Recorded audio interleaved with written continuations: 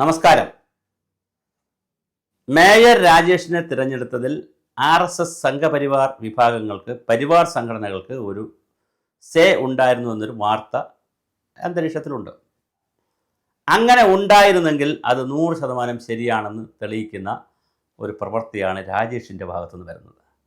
മറ്റൊന്നുമല്ല, രാജേഷ് വളരെ പക്വതയുള്ള ഒരു നേതാവായിട്ട് വളരുകയാണ്. മേയറായിട്ടല്ല, മേയർമാർക്ക് പക്വതയൊക്കെ വരും, അതൊക്കെ ശരിയാണ്. പക്ഷേ ഒരു നേതാവ് എന്നുള്ള നിലയിൽ അദ്ദേഹം വളരുകയാണ്.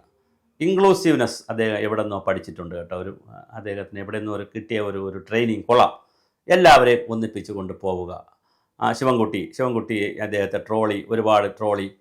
പിന്നെ മേയർ പ്രധാനമന്ത്രി സ്വീകരിക്കാൻ പോകാത്ത ആദ്യത്തെ നഗരപിതാവോ നഗരമാതാവോ ഒക്കെ ആയിട്ട്, പിതാവ് എന്നാണ് പറഞ്ഞത്, മാതാവല്ലല്ലോ, പുരുഷനാണ്, നഗരപിതാവ് രാജേഷ് ആയിരിക്കും എന്നൊക്കെ പറഞ്ഞ് പ്രോട്ടോക്കോൾ ലംഘനം എന്നൊക്കെ പറഞ്ഞ് ശിവൻകുട്ടി പറഞ്ഞപ്പോഴും പറഞ്ഞ് അണ്ണൻ്റെ പ്രോട്ടോക്കോൾ നമ്മൾ കണ്ടിട്ടുള്ളതാണ്, എൻ്റെ പ്രോട്ടോക്കോൾ അത്ര വലുതല്ല, എൻ്റെ പ്രോട്ടോക്കോൾ അണ്ണനെ ഞാൻ കാണിക്കുന്നതാണ്, ഞാൻ അങ്ങോട്ട് വരാണ്ണ, അതുകൊണ്ട് ശിവൻകുട്ടിയെ പോയി കാണാം എന്ന് മേയർ പറഞ്ഞിരിക്കുകയാണ്, രാജേഷ് പറഞ്ഞിരിക്കുകയാണ്. അപ്പോൾ പ്രോട്ടോക്കോൾ കാണുന്നതോടുകൂടി ശിവൻകുട്ടിയുടെ സംശയം തീരും. അപ്പം അവിടെ പ്രോട്ടോക്കോൾ ലംഘിക്കാതിരുന്നു. അപ്പോൾ അവിടെ പോയി പ്രോട്ടോക്കോൾ അനുസരിച്ച് കണ്ടാൽ മതിയല്ലോ ശിവൻകുട്ടിയെ, ആ പ്രശ്നം അവിടെ തീരും.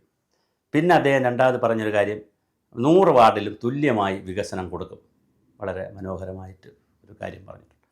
പിന്നെ അദ്ദേഹം വേറെ അതിനേക്കാളൊക്കെ രസകരമായി എനിക്ക് തോന്നിയൊരു കാര്യം, ഈ കോർപ്പറേഷൻ ഭരിക്കുന്നത് ബി ജെ പിക്കാരെ പ്രധാനമന്ത്രി, രാജ്യത്തിൻ്റെ ആണെന്നാലും BJP പ്രധാനമന്ത്രി, അവർ തിരുവനന്തപുരത്ത് വന്നതിന് BJP president Karamana Jayan board വെച്ച്, അല്ലെങ്കിൽ ജയന് വേണ്ടി ആളുകൾ ബോർഡ് വെച്ച്, ഫ്ലെക്സ് വെച്ച്. വി രാജേഷ് എന്ന് പറഞ്ഞാൽ BJPയുടെ നേതാവിനെ ഭരിക്കുന്ന നഗരസഭയിൽ നിന്ന് BJPയുടെ തന്നെ ജില്ലാ പ്രസിഡന്റായിട്ടുള്ള കരമന ജയന് 20 ലക്ഷം രൂപയുടെ പിഴ അടയ്ക്കാനായിട്ടുള്ള നോട്ടീസ്. അപ്പോൾ രാജേഷ് വളരെ, ആരാണെങ്കിലും വികാരപ്പെട്ടു പോകും, കരഞ്ഞു പോകും, കണ്ണു തള്ളിപ്പോവും. പക്ഷെ രാജേഷ് വളരെ പക്വതയോട് പറഞ്ഞു, നിയമത്തിൻ്റെ വഴിക്ക് പോട്ടെ, അത് കോടതിയുടെ ഓർഡർ അല്ലേ, അത് അതിൻ്റെ വഴിക്ക് പോകും, ഞാൻ എൻ്റെ വഴിക്ക് പോകും, രണ്ടും കൂടെ കൂട്ടിക്കുഴയ്ക്കില്ല. അങ്ങനെ പിന്നെ നരേന്ദ്രമോദി വരുമ്പോൾ ഇവിടെ വികസന രേഖ പ്രഖ്യാപിക്കും എന്നാണ് എല്ലാവരും കരുതിയിരുന്നത്. വികസന രേഖ പ്രഖ്യാപിച്ചില്ല. അപ്പോൾ രാജേഷിനോട് ചോദിച്ചു, പറ്റിച്ചില്ലേ ഞങ്ങളെ, തിരുവനന്തപുരത്തുകാരെയും മാധ്യമങ്ങളെയെല്ലാം നരേന്ദ്രമോദിയും BJPയും പറ്റിച്ചില്ലേ? കാരണം 45 ദിവസത്തിനകത്ത് വരാമെന്ന് പറഞ്ഞ് 27 ദിവസത്തിനകത്ത് വന്നു, അത് ശരിയാണ്, പക്ഷേ ഒരു 30-40 ദിവസത്തിനകത്ത് വന്നാൽ പോരായിരുന്നോ? അങ്ങനെ വരുമ്പോഴെങ്കിലും വികസന രേഖ എവിടെയെന്ന് ചോദിച്ചപ്പം രാജേഷ് വളരെ കൂളായി ഫ്രിഡ്ജിൽ വെച്ച തണുത്ത വെള്ളം പോലെ പറഞ്ഞു, അത് ഞങ്ങൾക്കാകപ്പാടെ 15 ദിവസമാണ് കിട്ടിയത്. ആ 15 ദിവസത്തിൽ 10 ദിവസം ഞങ്ങൾക്ക് സ്റ്റാൻഡിംഗ് കമ്മിറ്റി ചെയർമാനായി, പിന്നെ 5 ദിവസമാണ് കിട്ടിയത്. 5 ദിവസത്തിൽ ഞങ്ങൾ ഈ എല്ലാവരെയൊക്കെ ഒന്ന് കാണാൻ പോകാൻ, അതുകൊണ്ട് ഞങ്ങൾക്ക് മധുപുത് കാലം കഴിഞ്ഞിട്ടില്ല. ഞങ്ങൾ ഇന്നൊരു കോൺക്ലേവ് നടത്തി ഞങ്ങൾ കാര്യങ്ങൾ ചെയ്യും. ഇതിനിടയ്ക്ക് ഞങ്ങൾ 1-2 സാറ്റലൈറ്റ് റിസർച്ച് പോലുള്ള 2-3 സെൻറ്ററുകളെയൊക്കെ വിളിച്ച് ഞങ്ങൾ പഠനങ്ങൾ നടത്താൻ പറഞ്ഞിട്ടുണ്ട്. അതുകൊണ്ട് നിങ്ങൾ കാത്തിരിക്കുക, വേവോളം കാത്തിരിക്കുമെങ്കിൽ 6 ഓളം കാത്തിരിക്കുക, ഉരുട്ടിയെ നമുക്ക് അടിക്കാം, ഒരു പ്രശ്നമില്ല എന്ന് പറഞ്ഞ് സകല ചാനലുകളെ. പിന്നെ അദ്ദേഹം ഈ BJPയുടെ ജില്ലാ പ്രസിഡൻ്റായിരുന്നു. ഇപ്പോഴത്തെ ജില്ലാ പ്രസിഡന്റുമാരെ പോലെയല്ല, BJPക്ക് ഇനി അങ്ങനെ ഒരു ജില്ലാ പ്രസിഡന്റ് വരത്തില്ല. കാരണം ഇപ്പോൾ ജില്ലയ്ക്ക് 3 നഗര പ്രസിഡന്റ്, ഗ്രാമ പ്രസിഡന്റ് എന്നൊക്കെ പറഞ്ഞ് 3 ജില്ലാ പ്രസിഡന്റ് ഉണ്ട് തിരുവനന്തപുരം ജില്ലയ്ക്ക് തന്നെ. രാജേഷും സുരേഷ് ഇരുന്നപ്പോൾ ഒരാളേ ഉള്ളൂ. അപ്പോൾ വി രാജേഷ് ഒറ്റയ്ക്ക് ആയിരുന്നു, ജില്ല മൊത്തമുണ്ട്. അപ്പോൾ അതുകൊണ്ട് തന്നെ ജില്ലയിലെ പത്രലേഖരെ എല്ലാം പേരെടുത്ത് വിളിക്കാവുന്ന ഒരു ബന്ധം. അലക്സേ, ഞാൻ പറഞ്ഞല്ലോ അലക്സ് നമുക്ക് ബാക്കി ശരിയാക്കാന്ന് പറഞ്ഞ് കണ്ണിറക്കി, കർണാടൻ മോഡലൊന്ന് കണ്ണിറക്കി കാണിച്ചപ്പോൾ അലക്സ് ഫ്ലാറ്റ്. അങ്ങനെ ചാനൽ ആളുകളെ കൈകാര്യം ചെയ്യുന്നതാവട്ടെ, പക്വതയോട് സംസാരിക്കുന്നതാകട്ടെ, ആളുകളെ പോയി കാണുന്നതാകട്ടെ, ബൈറ്റ് കൊടുക്കുന്നതാകട്ടെ, എല്ലാറ്റിലും ഒരു പക്വത, ഒരു പൊളിറ്റിക്കൽ ഇൻറ്റഗ്രിറ്റിയും പൊളിറ്റിക്കൽ മെച്യൂരിറ്റിയും, അതാണ് വാക്കാണ് കുറച്ചുകൂടെ നല്ലത്, വി രാജേഷ് കാണിക്കുന്നു. അതൊരു ഉയർന്ന മേയർ തന്നെയാണ്. ഇത്തരം കാര്യങ്ങളിൽ ഇനി വാക്കും പ്രവൃത്തിയും തമ്മിലുള്ള ബന്ധം എന്താണ്? ഈ പറഞ്ഞ അനുസരിച്ചുള്ള വികസനം വരുമോ? രാജ്യത്തെ 3 സിറ്റികളിൽ ഏറ്റവും പ്രധാനപ്പെട്ട സിറ്റിയായി തിരുവനന്തപുരത്തെ മാറ്റും. സ്പിരിച്വൽ ടൂറിസം വരും, പിന്നെ അതുപോലെ തന്നെ മെഡിക്കൽ ടൂറിസം വരും, അതുപോലെ തന്നെ പിന്നെ വീട്ടിലിരുന്ന് ചെയ്യാൻ പറ്റുന്ന ജോലി കണ്ടുപിടിക്കുന്ന പിന്നെ വർക്ക് അറ്റ് ഹോം പരിപാടി കൊണ്ടുവരും. പട്ടിയെ പിടിക്കും, പൂച്ചയെ പിടിക്കും, പിന്നെ അതുപോലെ മാലിന്യം പിടിക്കും. ഇങ്ങനെ ഒരുപാട് കാര്യങ്ങൾ രാജേഷ് പറഞ്ഞിട്ടുണ്ട്.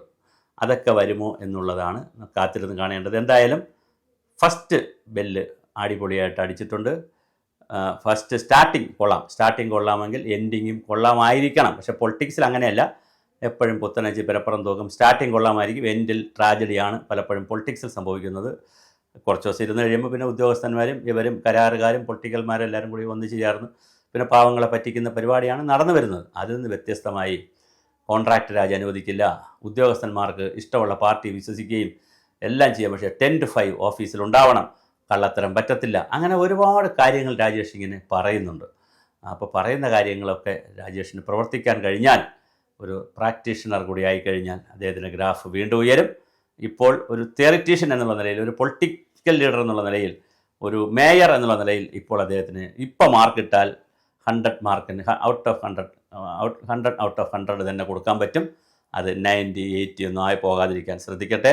പക്ഷേ പ്രായോഗികമായി വരുമ്പോൾ പ്രശ്നങ്ങൾ സങ്കീർണമാകും. തീർച്ചയായിട്ടും തിയറിയിൽ പലതും പറയാം, സ്വപ്നസുന്ദരമായ ഭൂമിയും നഗരവും ഒക്കെ സിറ്റി ആക്കുമെന്നൊക്കെ പറയാം. പക്ഷേ പ്രയോഗത്തിൽ വരുമ്പോൾ പ്രശ്നങ്ങൾ അവിടെ ആരംഭിക്കും. പ്രോജക്റ്റ് വേണം, ഫണ്ട് വേണം, ടെക്നിക്കൽ സോഴ്സ് വേണം, ഫിനാൻഷ്യൽ സോഴ്സ് വേണം, സത്യസന്ധരായ കരാറുകാർ വേണം, സത്യസന്ധരായ ഉദ്യോഗസ്ഥർ വേണം, ടൈമിലി മെറ്റീരിയൽ കിട്ടണം. ഒരുപാട് കണ്ടീഷൻസ് ഉണ്ട് ഡെവലപ്മെൻറ്റിൽ. ആ കണ്ടീഷൻസ് എല്ലാം സാറ്റിസ്ഫൈ ചെയ്താലേ ഡെവലപ്മെൻറ്റ് നമുക്ക് അങ്ങനെ കൊണ്ടുപോകാൻ പറ്റത്തുള്ളൂ. ഇതിനിടയിൽ ശ്രീധരൻ്റെ മെട്രോ ട്രെയിനും വരുന്നുണ്ട്.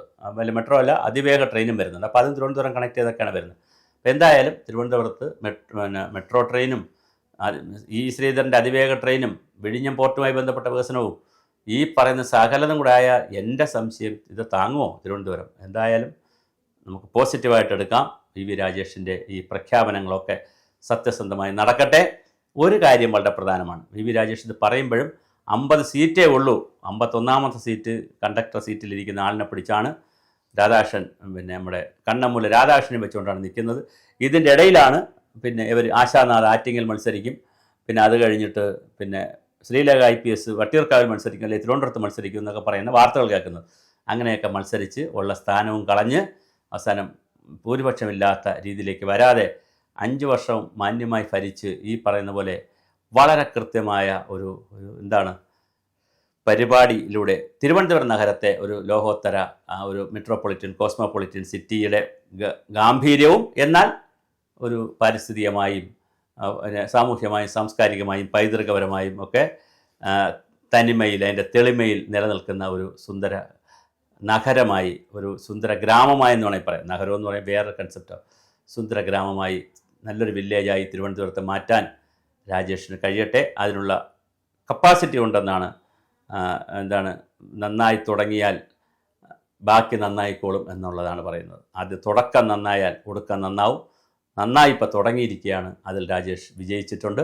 എല്ലാവരെയും കൂട്ടിയോജിപ്പിച്ചുകൊണ്ട് പോകുന്നതിൽ ഡെപ്യൂട്ടി മേയറെ, വികസന സ്റ്റാൻഡിംഗ് കമ്മിറ്റി ചെയർമാൻമാരെ, സ്റ്റാൻഡിംഗ് കമ്മിറ്റിയിലെ അംഗങ്ങളെ, മറ്റ് പാർട്ടിയിലുള്ളവരൊക്കെ ഉണ്ടല്ലോ, അംഗങ്ങളെ, പ്രതിപക്ഷത്തെ 2 കക്ഷികളെ കൊണ്ടുപോകണം. ശബരിനാഥിൻ്റെ നേതൃത്വത്തിലുള്ള 20 പേരുണ്ട്. അപ്പുറത്ത് മറ്റവരുടെ നേതൃത്വത്തിലുള്ള 49 പേരുണ്ട്. 29 പേരുണ്ട് CPMൻ്റെ നേതൃത്വത്തിൽ, ദീപക്കിൻ്റെ നേതൃത്വത്തിൽ. അപ്പോൾ ഈ 2 കൂട്ടരെയും മോഹിപ്പിച്ചുകൊണ്ടും സ്നേഹിപ്പിച്ചുകൊണ്ട് മാത്രമേ മുമ്പോട്ട് പോകാൻ പറ്റുള്ളൂ. അപ്പോൾ അതിനുള്ള ഒരു ബാലൻസിങ് ഉള്ള ഒരു ത്രാസായി, ഒരു നീഡിലായി രാജേഷ് ഇപ്പോൾ പ്രവർത്തിച്ചു തുടങ്ങിയിട്ടുണ്ട്. അത് തുടക്കം കൊള്ളാം. അതുകൊണ്ട് തന്നെ അത് വലിയ രീതിയിൽ മാറുമെന്ന് നമുക്ക് പ്രതീക്ഷിക്കാം. അതിലൂടെ എല്ലാ മെമ്പർമാരുമൊക്കെ ഒന്നിച്ച് നിന്നൊരു കൗൺസിലർമാരുമൊക്കെ ഒറ്റ മനസ്സിൽ നിന്ന് തിരുവനന്തപുരത്തിന് ആവശ്യമായ വികസനം എല്ലാ ഭാഗത്തും കൊണ്ടുവരുമെന്ന് കരുതാം. ആത്യന്തികമായി ഏത് വാർഡിൽ ജയിച്ചിട്ടുണ്ടെങ്കിലും, ഏത് പാർട്ടി പ്രതിനിധാനം ചെയ്യുന്നുണ്ടെങ്കിലും, നഗരസഭയിലെ ജനങ്ങൾ ഇലക്ഷൻ സമയത്തായിരുന്നു വോട്ടും ഇലക്ഷനും പാർട്ടിയൊക്കെ. അത് കഴിഞ്ഞ് എല്ലാ ജനങ്ങളും നിങ്ങൾക്കുള്ളതാണ്. തോറ്റ വാർഡിലുള്ളവരും ജയിച്ച വോട്ട് തന്നവരും വോട്ട് തരാത്തവരും, നിങ്ങളെ തെറി പറഞ്ഞവരും തെറി പറയാത്തവരും, സ്നേഹിച്ചവരും എതിർത്തവരും എല്ലാവരും നിങ്ങൾക്ക് വോട്ടർമാരാണ്, നിങ്ങളുടെ ജനങ്ങളാണ്. ആ ഒരു മാനസികാവസ്ഥയിൽ തിരുവനന്തപുരം നഗരം വികസിക്കട്ടെ. അതിനുള്ള ഒരു നേതൃത്വം കൊടുക്കാൻ വി രാജേഷ് തുടങ്ങി വെച്ചത് കൊള്ളാം.